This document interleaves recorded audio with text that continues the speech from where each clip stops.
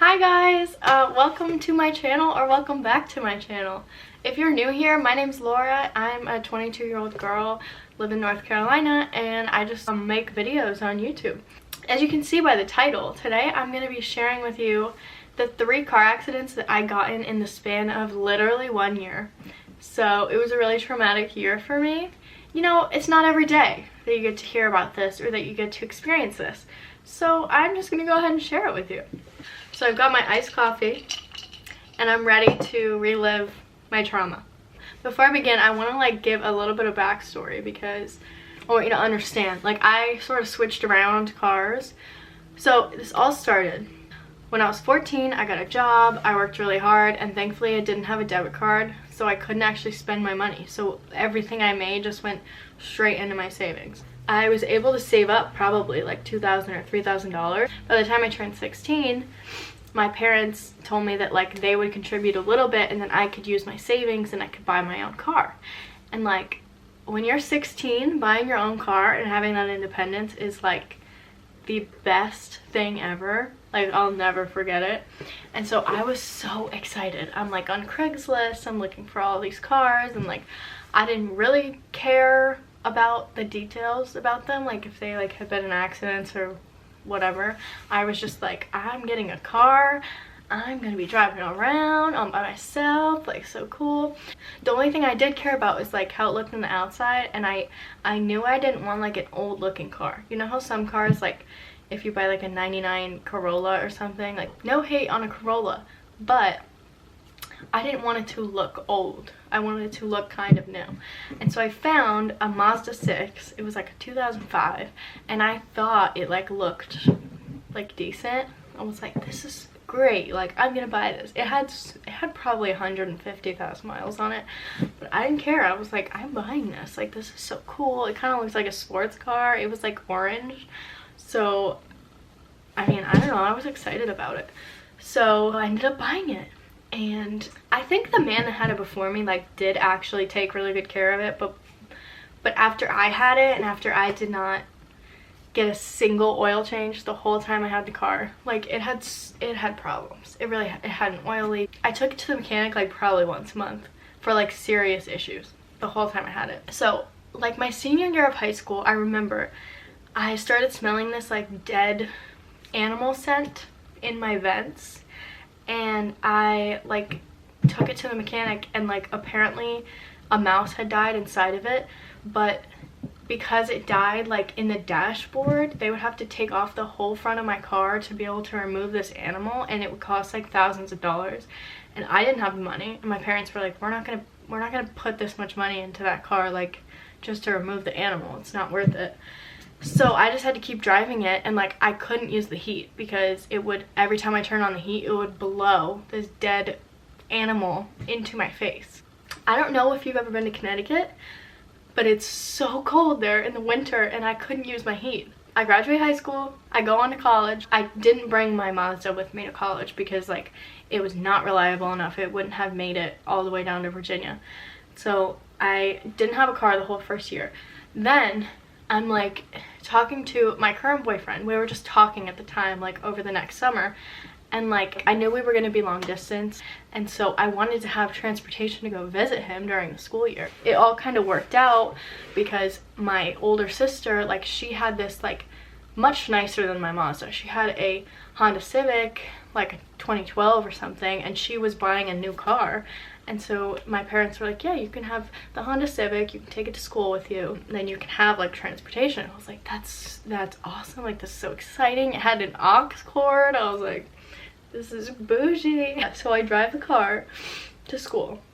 Nate and I officially started dating probably a weekend. The weekend after we started dating, I drive down to North Carolina to go visit him, and we take this really cute day trip to the mountains.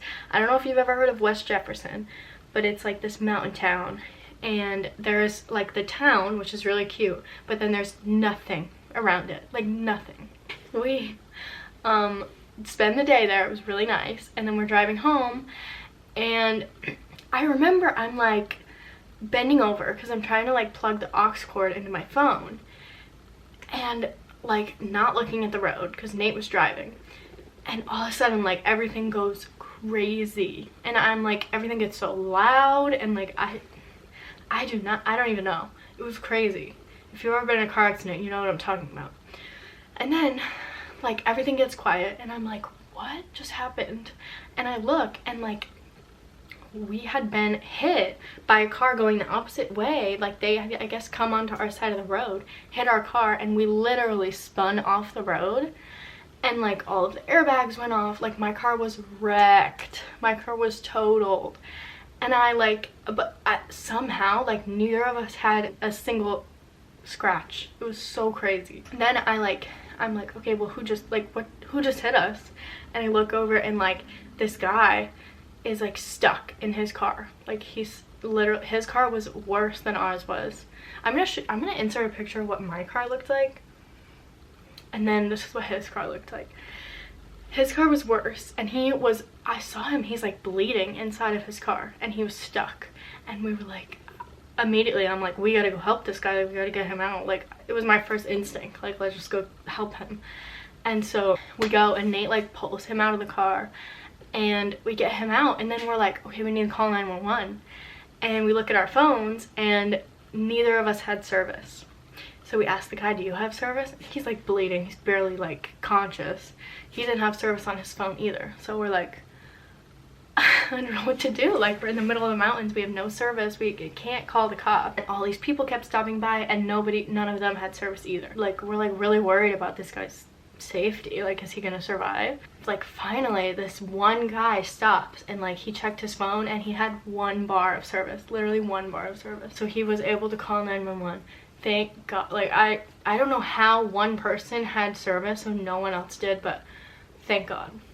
So he calls the cops, and the cops come, and like they take the guy that hit us, they take him away like right away to the hospital. And like Nate and I are standing there like we were completely fine, and we were like, this is so weird. Like this is so weird. Like how are we fine? Like what just happened to us? You know what I mean? Like what just happened? Also, like what are we gonna do now? Because we're stuck 2 hours away from his house in the mountains, like far enough away from the town that like we couldn't just walk back. We're like, we have all of my stuff from the inside of my car, because that car was totaled, like we weren't gonna get it back. So we had to empty everything in trash bags. And then thankfully the tow truck guy like offered to give us a ride back to West Jefferson, which was really nice. But like we didn't really need to get back to West Jefferson because we didn't live there, and that was even farther away from where Nate's house was. But like at least it was out of the middle of nowhere, right? So the tow truck guy drives us to West Jefferson, and he drops us off. And so we're like standing there in the middle of the street with literally a trash bag full of my stuff. We're calling Nate's parents to come and pick us up, and neither of them are answering. Like I don't know where they were or what they were doing, but nobody's answering us. We called his brothers, no one's answering. And then he calls his grandfather, who lives even farther away, like probably 2.5 hours away. This was the first time I had ever met this man, and he comes and picks us up from this car accident and drives us back home and drops us off. And like I honestly thought that I was fine. Like I didn't think that I hit my head, but I guess I did. I don't know. But that night I'm like sleeping over at Nate's parents' house, and like Nate and I slept in different rooms. Like that was the rule. So I slept like upstairs in like a finished attic kind of, and Nate like said goodnight to me and like closed the door and went to his room. And then I remember hearing like, hey Laura, hey Laura. Like I swear I heard it like over and over and over again. And I'm like, Nate, like shh, like why are you messing with me? Why do you keep saying hey? I thought you were going to bed. And I'm like, hello, hello, hello, and like all I hear is hey Laura, hey Laura. And so I'm like scared. He's like starting to scare me, and so, or I think he is. And so I get up and I like go downstairs, and like I find him in his bed. And so I like wake him up. I'm like, were you just like saying my name? Were you just saying hi to me at the bottom of the stairs? And he's like, no Laura, like I've been sleeping. And I'm like, okay. And at that point I was kind of like, okay, maybe I need to go to the hospital, because like why am I hearing this? We ended up going to the hospital like in the middle of the night, and like they never found anything. I don't know what it was. I think maybe it was just the like traumatic effects from that day, but I ended up going home, and Nate the next day had to drive me back to Liberty because I no longer had a car. And so for the rest of the year I didn't have a car. I couldn't go visit him. So like that was really hard, especially because we had only been dating for a week at that point. But we somehow made it work. So I go home for Christmas break, right? Like I still had my Mazda at home because like it was still there and it was still drivable, but like I obviously wasn't going to drive it to Virginia because it wasn't reliable enough. But like every time I would go home for breaks, I would work because I worked at Express, and so I would always go to work, and so I needed that car to get me back and forth to work. So thankfully like I had it, but when I got home I looked at it and I noticed that there was mold all over the inside of the car, like all over the seats and the ceiling and the steering wheel, the seat belt, like everything. And so I went out to my car that day because I had work that night. So I went out to my car and I like bleached the whole thing. I wiped everything down and like tried to make it as clean as possible so that I could sit in the seat without getting mold all over my legs and everything. So I was able to do it well enough, I guess. And then I'm like driving to work, and remember it was winter and I could not use the heat. Driving to work, freezing cold. It's the middle of winter in Connecticut. I'm freezing cold and my car smells like mold, and it was just so disgusting. And so I go to work, I work this freaking long shift, and then I come home and I had plans that night. I was gonna meet my friend at my house, and we were gonna, like, I had to grab something because I was making a return. I had to grab something from my house, and then we're gonna go back out real quick to go return something. And so she met me there, and I remember I pulled into my driveway and I like left the car running. Like I pulled into the like grass where I always parked, and I left the car running because I wasn't gonna turn it off. I was gonna be right back.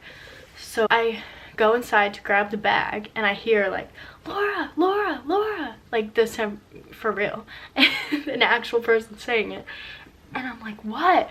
And my friend's like, Laura, your car is on fire. And I'm like, what do you mean, like what?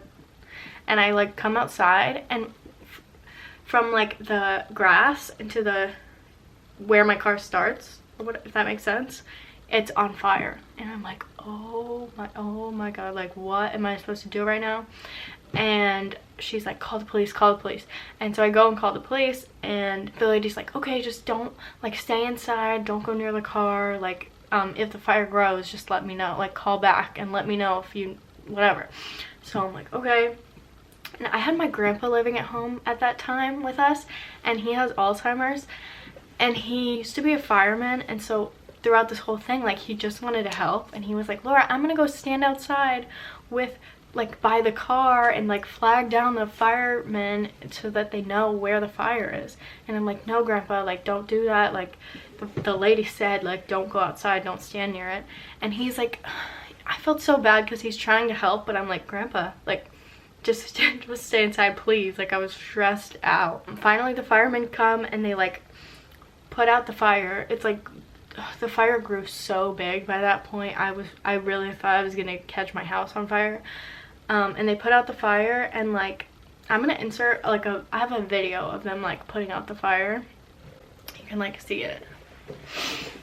So they put out the fire. I mean, my car was done. Like, there was nothing, I couldn't drive it, obviously. I couldn't do anything with it. And so they ended up like taking the car away on a tow truck. Just a few months after my last car went away on a tow truck, I didn't have a car again. Apparently they said that the mouse that had died inside my car had chewed the wires, and that was what caused the fire. And so the insurance gave me money to get a new car. We literally had like 2 weeks till I had to go back to school, and so my dad found me this Subaru that we thought was fine, but it ended up being a horrible purchase. But at the time we thought it was fine. It was like good enough, and I was able to like drive it to Liberty. Let me explain something. At my school, when you're leaving the school, there's like a left turn lane and then a right turn lane, but because the students were creating so much traffic, they changed both lanes into just right turn lanes. So like everybody has to go this way, and even if you actually need to go left, you would have to like turn right and then turn around and then come back. And so this day I just happened to, I needed to go left. I don't even remember why, but I needed to go left. And so I'm like turning into this, my camera died, but I'm back. So I'm turning into this gas station, and I was just gonna like turn in, do a quick loop around, and this man is like this. He's not like elderly, but he was probably like 60. He's like a farmer, kind of looked like. So he's pulling away from the gas pump, and like he had a handicap sticker, and he also was holding a dog in his lap. So kind of a recipe for disaster, you know? So he's driving forward, and I see him coming. I'm like, he's gonna see me. He's obviously going to stop and not crash into me. And I'm like, I'm kind of stunned in that moment, and I see him driving towards me, and I didn't honk, I didn't do anything. And all of a sudden he just crashes right into my car. And I'm like, oh my, great. Like, I have so much homework to do. I have to get over to my sister's apartment. Like, I have things to do today. I'm like, I don't have time for another car accident. So I pull over, I'm sitting there, I'm like, all right, this man's got to get out, like, come over to my window and talk to me, like, he just hit me. And I'm like sitting there, and I'm waiting, and I'm waiting, and I'm waiting. I'm like, he's not coming over to my car, like, what's happening? And eventually I'm like, all right, well, maybe I should just get out and go talk to him. And so I walk over to his car, and I knock on his window, and I'm like, sir, like, what happened? And he's like, you just hit me pulling into the gas station, like. And he goes off on me. He goes, I hate Liberty students. Liberty students ruined Lynchburg. You're so irresponsible. You're such bad drivers. You're blah, blah, blah, blah, blah, blah. Going off on me. I'm like, sir, we wouldn't be in this predicament if you did not just crash into me. But I didn't say any of this because I was like 19 at the time. I was like so nervous. This was like an old man. And I was just like, okay, well, let's just like call the police.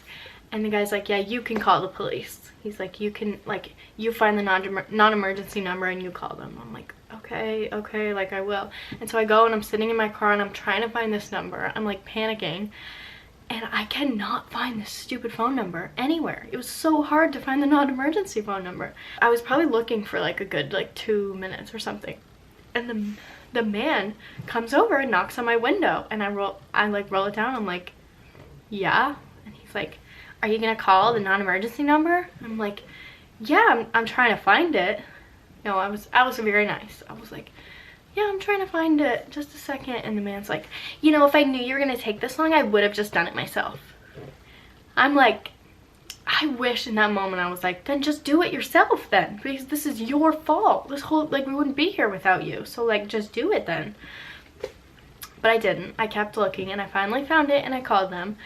And so the cop comes and like hears both of our stories, and of course the old man's trying to blame the whole thing on me. Like, I don't know, how would you even think that this could be my fault? Okay, yeah, the man's trying to blame the whole thing on me, and I told the cop just like literally what happened. And I guess the cop couldn't decide who was at fault, and so he said he was going to leave it up to the insurance. And so he just got both of our insurance information and like exchanged it. And so I had this guy's information, and the car wasn't like bad enough that I couldn't drive it. So I drove it over to my sister's apartment, and I immediately like called this man's insurance to report it, to make a claim. And I tell them the guy's information that I have written down, and they're like, oh, we don't have a guy under that information, we don't have a guy under that information in our system. And I'm like, what do you mean you don't have him? And they're like, yeah, I don't know, like, I can't remember what information was incorrect. Maybe it was his street number, his ID number, or something. But I'm like, this is what I have, like, this is this man's information, I don't know what to tell you. They were like, yeah, we don't, like, unless you can find like the correct information about him, like, there's no way we can figure out who it is.